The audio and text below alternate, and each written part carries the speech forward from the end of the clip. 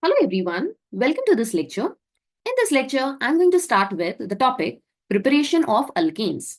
In the previous lecture, I have covered everything related to isomerism and I have discussed a super trick to solve the questions based on isomerism. Addition to this, we have also solved many questions based on the topic isomerism using the trick which I have shared.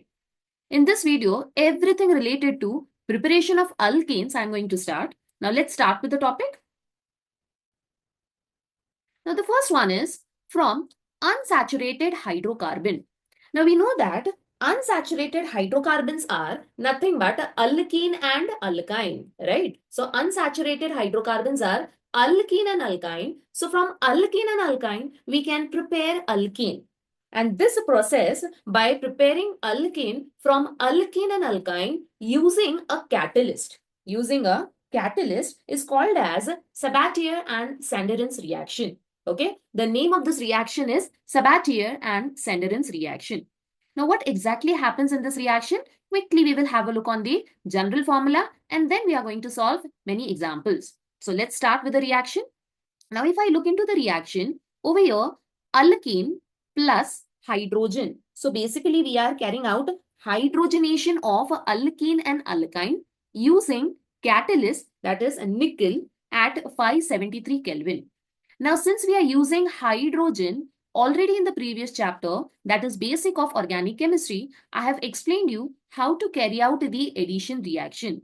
And when addition reaction takes place, that also I have covered in the previous topic. Okay, always remember students, if there is a double and a triple bond, in short, if there is a pi bond present, and we know that pi bonds, they are present in double as well as a triple bond. Okay, so whenever there is a pi bond present, in a compound, we can carry out the addition reaction. And in this case, hydrogen, it gets added across the double and triple bond. So as you can see, two hydrogen we have, that is in H2. One hydrogen will go to one of the carbon across the double bond. The other one will go to the other carbon. And definitely, many a times in the previous topic also I have explained you, whenever a new bond is formed, remember the bond, the next or the immediate bond, it should what? It should break. And which bond will be breaking? Definitely the one which is weaker. And which is a weaker bond? It is the pi bond. Okay, I'll just explain the entire thing in the structural manner. Now, the same alkene, I'm writing it down in the structural form. Okay, this is CH2, CH. And then what is exactly happening? If this H2 gets added, that means one hydrogen will go to this carbon and the other hydrogen will go to the other carbon. Remember, addition takes place across the double bond only. Right? And then if a bond is formed, a complete bond is formed here. So what will happen, students? Remember, in order to balance the valency of carbon, because if I look into carbon, how many bonds are present across carbon? 5 bond. Same way on the second carbon, 5 bond. Right? So the tetravalency is not maintained here because we know that carbon, it can form only and only 4 bond because of its tetravalent nature. So in order to maintain this 4 bond, definitely one bond should break, and which is the bond which is going to break? The double bond. And then finally, I will be getting the structure, and this structure is nothing but the structure of alkane, because we know that the saturated compound or the saturated hydrocarbon, in the other words, carbon-carbon single bond containing compounds are called as alkane, right? Same way, we can carry out the reaction for alkyne. Clear? Now, if I take the general formula of alkyne, this is the alkyne. We are going to add now 2H2. Now, why we are adding 2H2? Because the simple trick you are going to remember, students. Now, in the first reaction, we need to convert a double bond to single bond. So, we have to break only one bond. So, if one bond we need to break, then one additional bond or one new bond should be formed on each carbon. And each carbon means we have two carbon. So, that is the reason why we took a 2 hydrogen. But in case of triple bond, we need to convert a triple into single bond. That means I need to break this 2 bond. So in order to break 2 bonds, definitely on each carbon, 2 new bonds should be formed. And 2 new bonds on each carbon. Total 2 bonds, 2 carbon we have across the pi bond, right? So total 4 hydrogen should be added. And then we cannot write down H4, right? Because we know that hydrogen, it is present in the diatomic form. So in order to get 4 hydrogen, I'm going to use 2H2. Okay, understood how to remember in case if you forget whether to add H2 or 2H2, right? So for alkyne, I'm going to use 2 hydrogen molecule, whereas for alkene, I'm going to use 1 hydrogen molecule, right? And then both the bonds will break only we are left with single bond, and then the corresponding alkane will be prepared. Clear? So this is the entire thing related to preparation of alkane from unsaturated hydrocarbon using catalyst. Over here we have used a nickel catalyst. Okay, there are other catalysts also we can use that I'll discuss after explaining the example. And the name reaction is Sabatier and Sanderen's reaction. Okay, the name of the reaction is Sabatier and Sanderen's reaction. Now let us solve few questions based on the same topic. Now in this case, I have ethene, and then if I'm adding 2H, okay, that is H2, one hydrogen will go to one carbon, the other hydrogen will go to the other carbon, then one bond is going to break, and this entire thing, it is taking in presence of nickel as a catalyst, okay, and then we are getting what? CH3, single bond CH3, right? Same way, we can also solve the second example.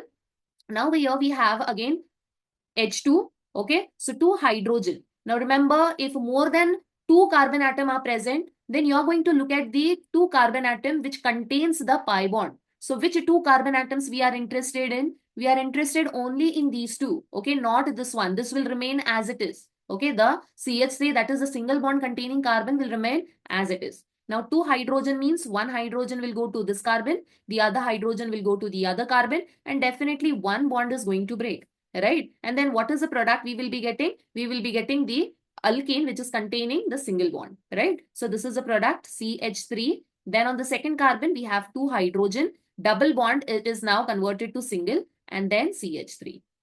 Clear? Same way, if I have a triple bond, then exactly same way. Now H2, suppose if I'm using only H2 in the first step. So how we are going to carry out the reaction? So this is H and this is H, right? So since one bond is forming on each carbon, then only one bond I'm going to break.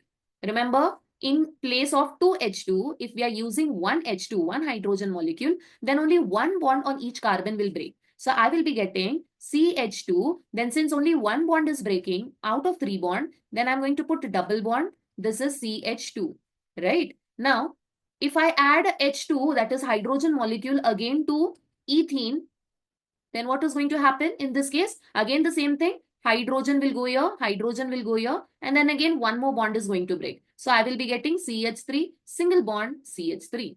Clear? So you can carry out converting alkyne, that is ethyne, we have converted to ethene. I hope you are now clear with the concept IUPAC and nomenclature of alkanes. Okay, in the previous lecture, everything related to the nomenclature I have explained. Kindly watch all the previous lectures before watching any video.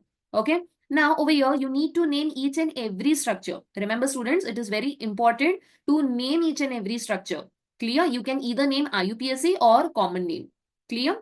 Now, talking about alkyne to alkane, we can carry out the reaction in one step. If we need to carry out the reaction in one step, directly use 2H2. If we need to carry out in two steps, then we can use one H2, that is one hydrogen molecule in each step.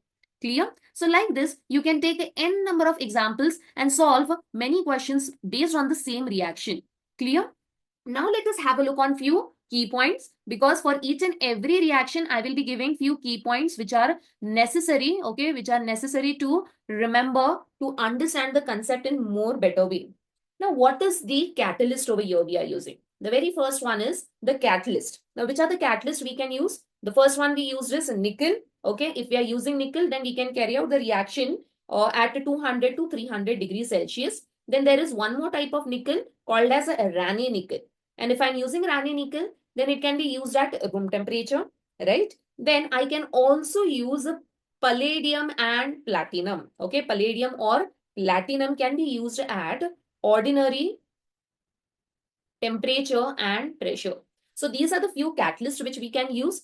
Now, what is the role of catalyst? Now, why do we need to use catalyst, students? Okay, now these catalysts, basically we are using are nothing but metals, isn't it? Nickel, then platinum, palladium, they all are metals, right? Now, why we use this metal? So basically, these metals, okay, these metals, they absorb dihydrogen gas. Okay, the hydrogen molecule which we are using. So basically, these metals, they absorb the hydrogen gas on their surfaces, and because of that, they weaken the hydrogen bond hydrogen. Okay, they weaken hydrogen bond. And since this bond is weakened, definitely I can break this bond, and then this hydrogen goes and attacks on the carbon atom across the double bond. Right? So basically the role of these metal is nothing but to carry out the reaction in a more faster way. And that is the reason why catalyst, why they are used to fasten the reaction, okay, to speed up the reaction. Clear? And what exactly happens in this case? The hydrogen bond is weakened. Why? Because the metal, it just absorbs the hydrogen on its surface. Next one is, now, very important point in this reaction is methane. Okay, remember students, methane cannot be prepared. Methane cannot be prepared by this method. Now, why do we cannot prepare methane? Now, if I look into the reaction carefully, this reaction is basically what? Alkene to alkane. We are converting alkene to alkane and alkyne to alkane. So, in methane, okay, while preparing methane, there is no such unsaturated group which is containing one carbon, right? So, in order to write down alkene and alkyne, minimum 2 carbon should be there, right? And if I'm using minimum 2 carbon in alkene and alkyne, definitely alkane, in alkane also minimum 2 carbons I can get. So I cannot prepare methane from this reaction. Of course, there are other reactions which I can use to carry out the to preparation of methane. Okay, that we will be studying in the later part of the chapter. But in this reaction, that is Sabatier and Sanderson's reaction, I cannot prepare methane. Clear? So this is entire thing related to the preparation of alkenes, and then we have prepared alkane from unsaturated hydrocarbon using the catalyst like nickel, platinum, palladium, okay? And then the name of the reaction is Sabatier and Sanderson's reaction. In the next lecture, I will be discussing the next reaction. So keep watching all the lectures and do not forget to note down the reaction. Okay, along with me, you're going to solve questions, okay, so that it will help you to understand the concept in a more better way. And in the next reaction, I'm going to explain the topic that is from haloalkanes. So how I can convert haloalkanes into alkanes, or how we can prepare alkanes from haloalkanes. So I hope you love this lecture. So keep watching all the lectures for more and more interesting trick. See you in the next lecture.